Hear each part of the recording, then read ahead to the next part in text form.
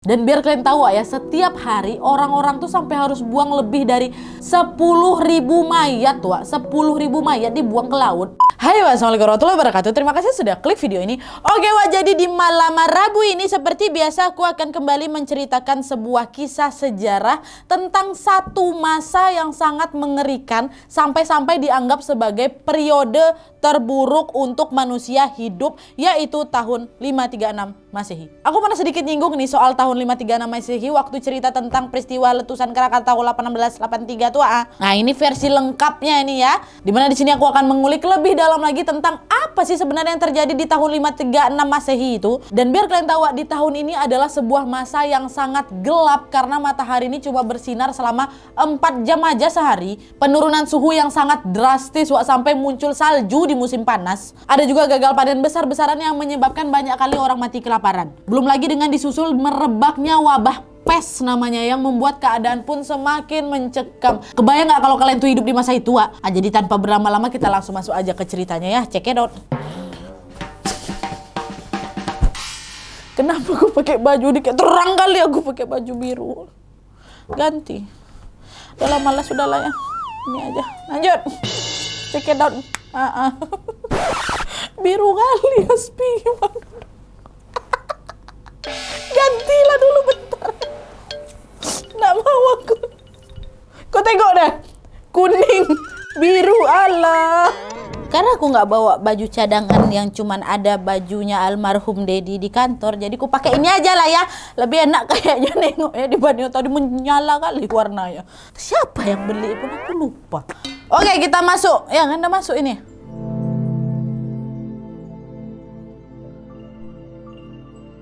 Oke, jadi tahun 536 Masehi ini adalah tahun yang konon katanya paling parah dan sangat menyeramkan. Sampai-sampai para ilmuwan percaya bahwa tidak ada satupun tahun dalam sejarah planet bumi yang lebih buruk dari tahun 536 Masehi ini, Wak. Sebenarnya nih ya, kalau misalnya kita flashback jauh kali ke belakang, ada memang banyak periode-periode tahun yang juga dianggap buruk untuk manusia hidup. Misalnya aja tahun 1348, waktu wabah Black Death menyebar di Eropa. Terus ada lagi tahun 1666 waktu London mengalami kebakaran besar-besaran. Terus ada lagi tahun 1815 pas Gunung Tambora meletus. Ini banyak juga yang request buat aku bahas nanti lah ya, insya Allah, Wak ya. Terus ada lagi tahun 1918 pas munculnya flu Spanyol, Wak. Terus tahun 1939 sampai 1945 waktu Perang Dunia Kedua, dan masih banyak lagi lainnya. Nah tapi, Wak, dari semua bencana itu tahun 536 Masehi lah yang saking parahnya, Wak, sampai-sampai efek buruk dari kejadian itu masih tetap terasa hingga dekade-dekade berikutnya. Macam punya efek jangka panjang gitu lah, Wak. Nah sebenarnya apa sih yang terjadi di tahun 536 Masehi ini? Jadi gini, Wak. Pada abad ke-6 saat itu berdiri sebuah kekaisaran Romawi Timur yang bernama Kekaisaran Bizantium. Nah kekaisaran ini dipimpin oleh seorang raja bernama Flavius Belisarius dengan seorang penasehat militernya yang bernama Procopius. Ya, nah Procopius ini termasuk orang yang sangat terpelajar waktu itu, Wak. Dia ini juga seorang sejarawan utama di abad ke-6 memang. Nah pada suatu hari di tahun 536 Masehi itu Procopius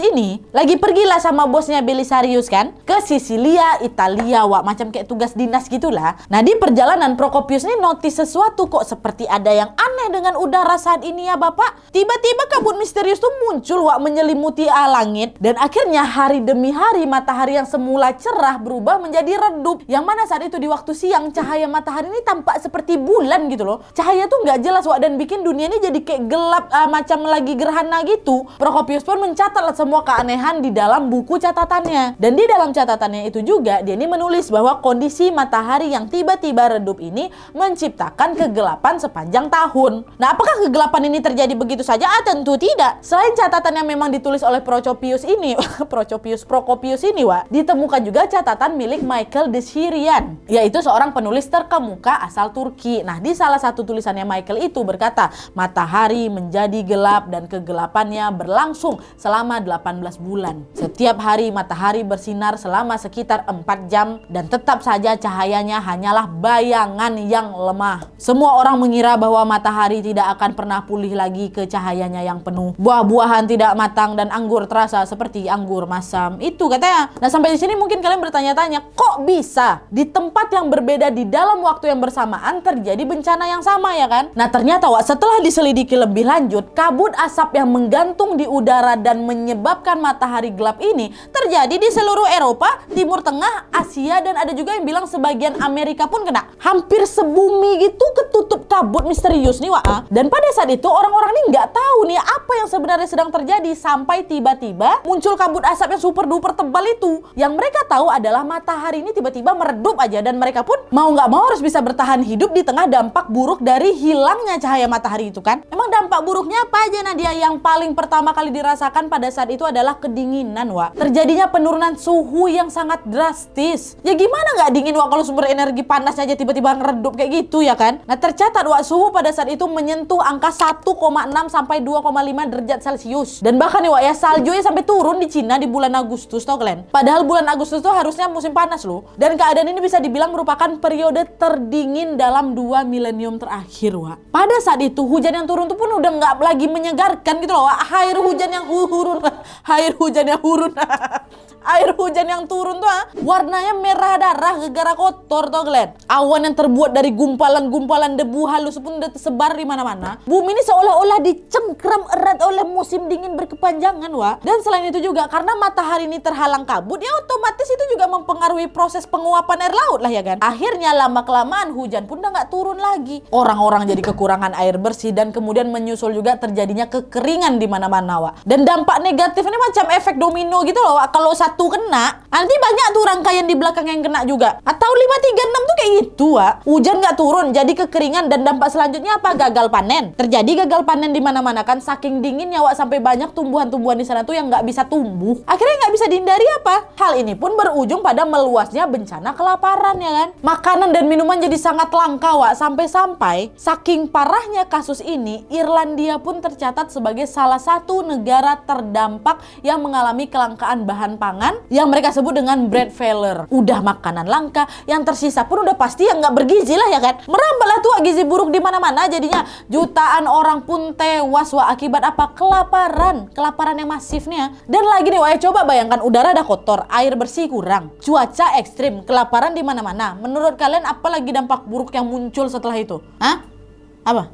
Betul.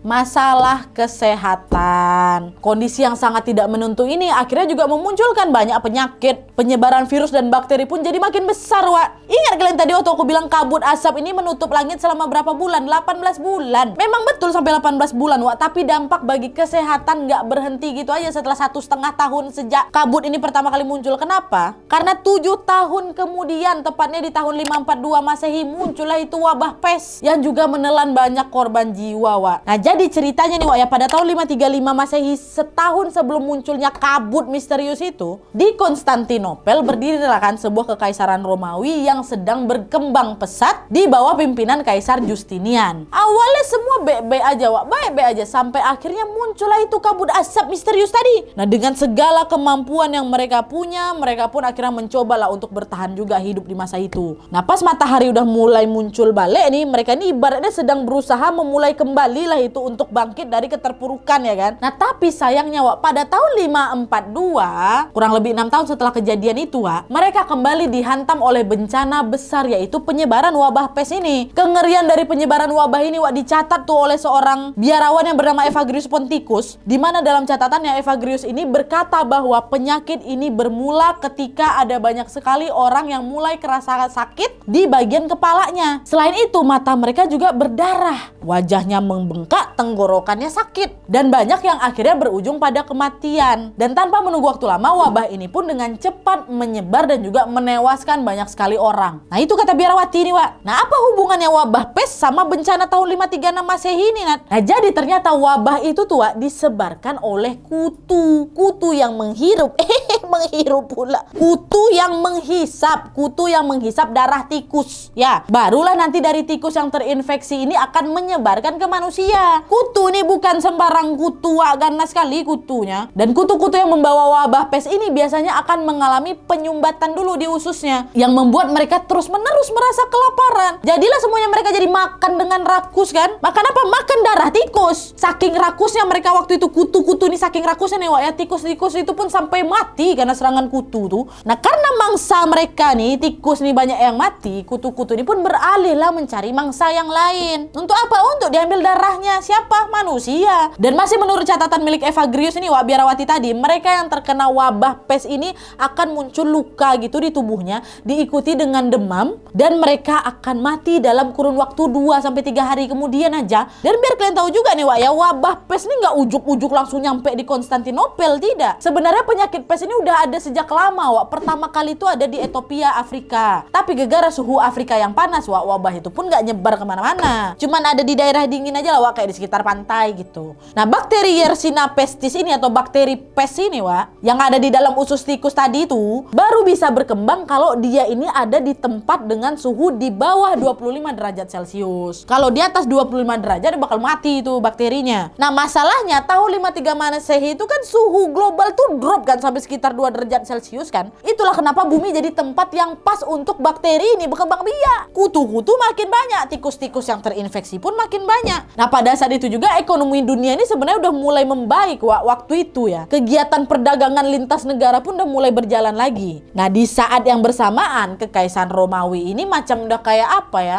macam fanatik kali gitu loh Wak sama salah satu komoditas dagang yaitu gading gajah. Dia suka kali sama gading gajah nih. Oleh karena itulah mereka pun menggunakan gading gajah ini sebagai hiasan rumah, dibuatnya meja, kursi, perhiasan, barang-barang mewah, dijadiin souvenir atau hadiah untuk orang-orang. Kok banyak lah pakai gading gajah nih. Karena mereka tuh betul-betul tergila-gila kali sama gading gajah Wak. Akhirnya apa? Mereka impor lah gading gajah tuh besar-besaran, termasuk impor dari Afrika. Dan menurut Profesor Michael Whitby Wak, seorang sejarawan dari Warwick University, setiap tahun ada ratusan ton gading gajah tuh dikirim ke Afrika, dikirim dari Afrika Konstantinopel.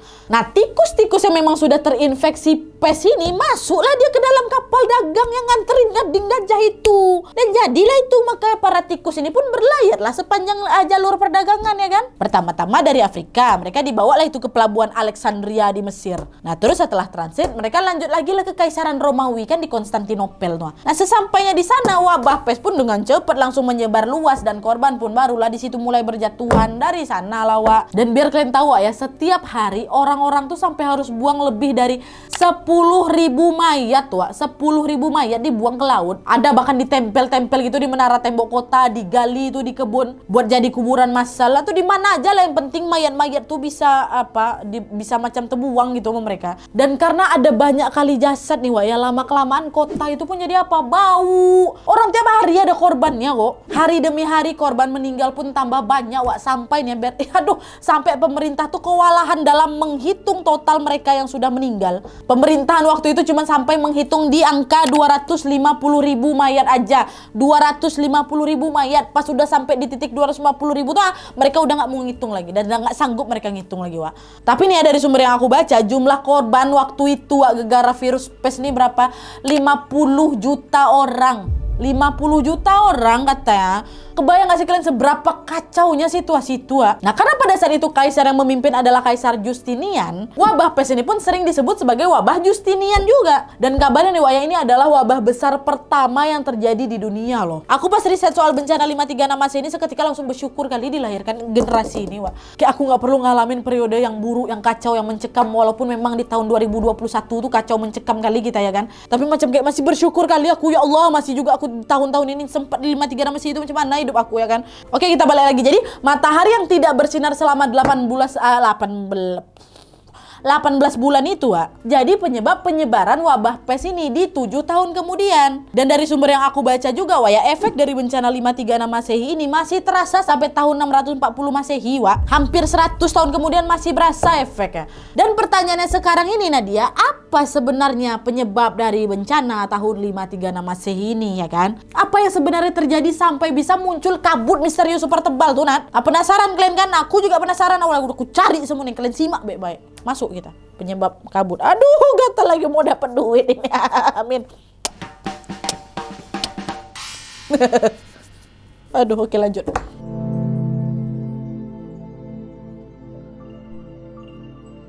Nah jadi Wak, seperti yang aku bilang tadi, pada awalnya nggak ada nih yang tahu penyebab dari munculnya kabut misterius di tahun 536 Masehi itu. Tapi seiring berjalannya waktu, teknologi kan makin canggih tuh, ilmu pengetahuan juga makin berkembang ya kan. Nah para ilmuwan ini pun dapat lebih mudah lagi meneliti penyebab dari kejadian tersebut. Dan untuk mengetahui apa yang sebenarnya terjadi di tahun 536 Masehi, para ilmuwan pun menelitilah lapisan es di Islandia dan juga di Greenland Wak. Nah dari penelitian itu mereka menemukan bahwa telah terjadi peristiwa vulkanik pada sekitar tahun 536 Masehi itu. Dan berdasarkan penelitian itu pula lah akhirnya para ilmuwan ini sepakat bahwa penyebab dari bencana di tahun 536 Masehi adalah letusan gunung berapi yang sangat besar. Nah tapi yang jadi pertanyaan berikutnya adalah gunung berapi apa yang jadi penyebab ini semua Nadia? Nah sebenarnya sampai sekarang pun Wak, peneliti ini belum bisa memastikan kali ini gunung berapi yang mana. Karena kan ini memang kejadian udah lama kali nih Wak ya, informasi tentunya juga nggak semudah sekarang tersebarnya. Saksi hidupnya pun juga udah nggak ada. Nah tapi dari bukti-bukti yang masih tertinggal di alam Wak, para peneliti ini pun punya beberapa kandidat gunung berapi yang kayaknya dia inilah penyebab bencana tahun 536 Masehi itu. Dan salah satu kandidat gunung berapi itu adalah letusan gunung Islandia pada tahun 540 dan juga 547 Masehi Wak. Dan selain itu para peneliti juga menemukan ada abu vulkanik tropis yang membuat mereka ini mencurigai bahwa penyebab bencana tersebut adalah gunung berapi di Del Salvador yang memang meletus di tahun 535 atau 536 Masehi itu Wak. Ada yang meletus El Salvador itu. Dan ada juga nih Wak kandidat lainnya. Gunung yang mana? Gunung yang ada di Indonesia. Bisa kalian tebak gunung itu apa? Krakatau Purba Wak. Gunung Krakatau Purba katanya, atau yang mereka sebut dengan Krakatoa. Nah salah satu yang meneliti tentang keterlibatan Krakatau dalam bencana 536 ini adalah David Case Wak. Nah David Case ini adalah koresponden arkeologi untuk surat kabar harian London, The Independent namanya. Dan dia ini juga dikenal sebagai penulis di bidang sejarah perubahan iklim. Nah karena memang dia ini minat kali dengan bidang iklim Wak, adalah itu satu kejadian yang akhirnya membuatnya berambisi untuk meneliti tentang perubahan iklim di abad ke-6 itu. Jadi ceritanya pada tahun 1994 dia ini sedang mengikuti sebuah konferensi arkeologi yang salah satu pengisi acara itu adalah seorang ahli dendrokronologi atau ahli dalam penanggalan lingkar pohon, tau kalian kan? Bernama Mike Bailey. Nah pada saat itu Mike ini memberikan kuliah umum yang berisi penjelasan tentang bagaimana semua cincin pohon di dunia tiba-tiba menjadi kacau dalam waktu bersamaan pada abad ke-6. Dan FYI buat kalian belum tahu cincin pohon tuh tau kalian? Cincin pohon tuh kalau misalnya kalian tebang pohon, nanti kan di dalam batang tuh ada tuh kelihatan lingkar-lingkaran. Nah itu disebut cincin pohon Wak namanya. Dan di dalam batang pohon Wak setiap tahunnya tuh bakal nambah lagi satu cincin. Maka dengan memperhatikan cincin pohon itu kita bisa tahu nih usia pohon ini berapa umurnya gitu, berapa tahun. Dan gak cuma itu aja Wak, bentuk cincin pohon ini juga dipengaruhi oleh cuaca. Kalau cincinnya lebar-lebar berarti dia tumbuh di cuaca yang baik. Tapi kalau cincinnya sempit-sempit, nah berarti dia itu tumbuh di cuaca buruk tuh. Nah makanya dari situlah kita bisa tahu bagaimana kondisi cuaca di tahun tertentu dengan menganalisis pola cincin pohon. Nah balik lagi Wak ya, jadi waktu itu Mike ini punya kayak komputer khusus gitu lah Wak yang dipakai untuk menganalisis cincin pohon. Tapi memang dibutuhkan banyak kali sampel tuh Wak, untuk mengetahui rata-rata pertumbuhan lebar cincin pohon setiap tahunnya. Bahkan nih Wak ya, untuk mendapatkan data lengkap pohon ek yang ada di Irlandia, Mike ini butuh waktu kurang lebih 14 tahun Wak. Nah tapi meskipun lama, dari penelitiannya ini dia menemukan sesuatu yang sangat menarik nih, di mana Mike menemukan bahwa pertumbuhan cincin pohon ek mengalami penyimpitan yang tidak normal pada pertengahan abad ke-6. Nah dari sana Mike pun merasa pasti ada sesuatu yang sangat besar dan sangat kuat sampai bisa menghentikan pertumbuhan cincin pohon nih. Akhirnya dia ngubungin tuh temannya yang ada di Finlandia untuk bisa mendapatkan data yang serupa. Dan ternyata kawannya Mike ini juga menemukan data yang sama ada penurunan tingkat pertumbuhan cincin pohon yang sangat mendadak dan drastis juga di Finland, Mike katanya. Dan itu tahun berapa? Tahun 536 Masehi. Nah semakin si Mike mengumpulkan data, semakin dia tahu bahwa ternyata pola cincin pohon yang macam yang dia pegang itu gak cuma terjadi di Irlandia rupanya, di Finlandia juga. Dan ternyata gak cuma di dua negara ini aja Wak, di hampir semua belahan bumi pohon-pohon ini punya pola yang serupa. Nah jadi makin jelas nih kan kalau berarti di abad ke-6 ini sudah terjadi perubahan iklim yang sangat besar. Nah David Case, si pendengar dari si Mike ini, David Case masih ingat kalian kan? David Case yang mendengarkan kabar itu tentu ya jadi antusias sekali dia. Dia yang sangat tertarik dengan isu-isu iklim ini pun langsunglah melakukan riset kan untuk bisa mengetahui tentang perubahan iklim di seluruh dunia. Pada abad ke-6, tepatnya pada tahun 536 Masehi ya kan. Dan kurang lebih dia melakukan riset selama 5 tahun. Ya, nah singkatnya Wak, melalui riset ini, David sampai pada kesimpulan bahwa alasan paling logis dari bencana tahun 536 Masehi itu adalah letusan gunung berapi Krakatau katanya. Dia sampai melakukan ekspedisi ke Krakatau buat riset ini Wak. Dan hasil dari risetnya itu Wak sekarang sudah dituangkan ke dalam sebuah buku berjudul Catastrophe and Investigation into the Origins of the Modern World yang terbit pada tahun 2000 kemarin. Nah di dalam buku itu Wak, David Case ini banyak sekali berkonsultasi dengan ahli-ahli juga. Ada lebih dari 80 orang ahli di berbagai bidang yang diajak diskusi oleh David. Ada ahli kekeringan, kelaparan, banjir, bencana alam, ekologi, epidemi, sampai ahli perang pun ada Wak, perang kuno ada. Nah salah satunya juga ada ahli vulkanologi dari Los Alamos yang bernama Dr. Ken Wolitz. Nah Dr. Ken ini juga meneliti Gunung Krakatau rupanya Wak. Ibaratnya dia udah expert kali lah soal Gunung Krakatau Wak. Letusan Gunung Krakatau purba puluhan kali bahkan ratusan kali lebih besar dari semua letusan gunung berapi yang pernah disaksikan oleh manusia. Itu katanya. Nah penasaran kalian kan Wak seberapa besar letusan Krakatau purba waktu itu? Nah untuk mengetahui hal tersebut David Case pun meminta Dr. Ken tadi untuk memasukkan semua data yang tersedia tentang perubahan iklim di abad ke-6 itu. Waktu bencana 536 terjadi itu ke dalam superkomputer yang memang sudah dimilikinya untuk bisa mendapatkan simulasi dari letusan Krakatau itu. Nah data-data yang diinput sama Dr. Ken ini macam-macam Wak. Data dari cincin pohon, dari inti es, ada juga laporan tentang peredupan sinar matahari dan lain-lain. Nah dari simulasi itu memperlihatkanlah air mancur dari batu yang mencair. Terus ada api dan abu yang jauh terpelanting dan juga menjulang tinggi ke langit. Nah ledakan demi ledakan pun terus terjadi dan menciptakan luapan magma, ada debu dan juga ada abu sekitar 30 mil atau 48 km. Nah material yang terus-terusan naik ke atas ini menjulanglah tinggi sampai di titik maksimal Wak. Ibaratnya kayak udah paling mentok kali di titik paling atas tuh barulah itu material-material tadi pun menyebar. Menyebar itu kayak ke samping itu membentuk macam jamur, bisa kebayang ya. Dan menghalangi sinar matahari dari segala arah. Dan bisa kalian tebak Wak seberapa besar ledakan atau letusan Gunung Krakatau tuh, Krakatau purba ya. Dari sumber yang aku baca, aku rasa kalian juga udah pernah dengar deh. Dari sumber yang aku baca, letusan Gunung Krakatau purba pada saat itu berkekuatan 2000 juta kali bom nuklir Hiroshima. 2000 juta kali, bukan 2000 kali Wak ya, 2000 juta kali atau apa? 2 miliar kali bom Hiroshima, bom nuklir Hiroshima. Bayangkan sama kalian Wak, astagfirullahaladzim. Dahsyat kali. Nah itulah kenapa sampai bisa bikin iklim tuh berubah. Bumi sampai ketutup kabut 18 bulan. Nah ledakan aja dahsyat itu kok. Dan dari sumber yang aku baca juga Wak, ada yang bilang kalau letusan Gunung Krakatau purba ini berlangsung selama 10 hari. 10 hari. Kebayang gak sih kalian berapa banyak tuh material yang dimuntahkan keluar? Ngeri kali kalau dibayangin Wak. Dan kalau memang betul nih Wak, kalau memang betul ya letusan Krakatau purba inilah yang menjadi penyebab bencana di tahun 536 Masehi, yang jelas ayo kita berdoa Wak, semoga hal ini tidak terjadi lagi ya kan? Kan dekat kali sama kita Wak ya. Semoga tenang-tenang aja ya anak Krakatau ya. Astagfirullah. Ah itulah dia tadi Wak cerita tentang tahun 536 Masehi yang oleh para peneliti dianggap sebagai periode terburuk untuk manusia hidup. Yang awalnya jadi misteri nih kan, karena nggak ada yang tahu nih apa penyebab kejadian ini. Sampai akhirnya sedikit demi sedikit para ilmuwan dapat menyimpulkan bahwa penyebabnya adalah gegara ledakan gunung berapi yang memang sangat dahsyat kali.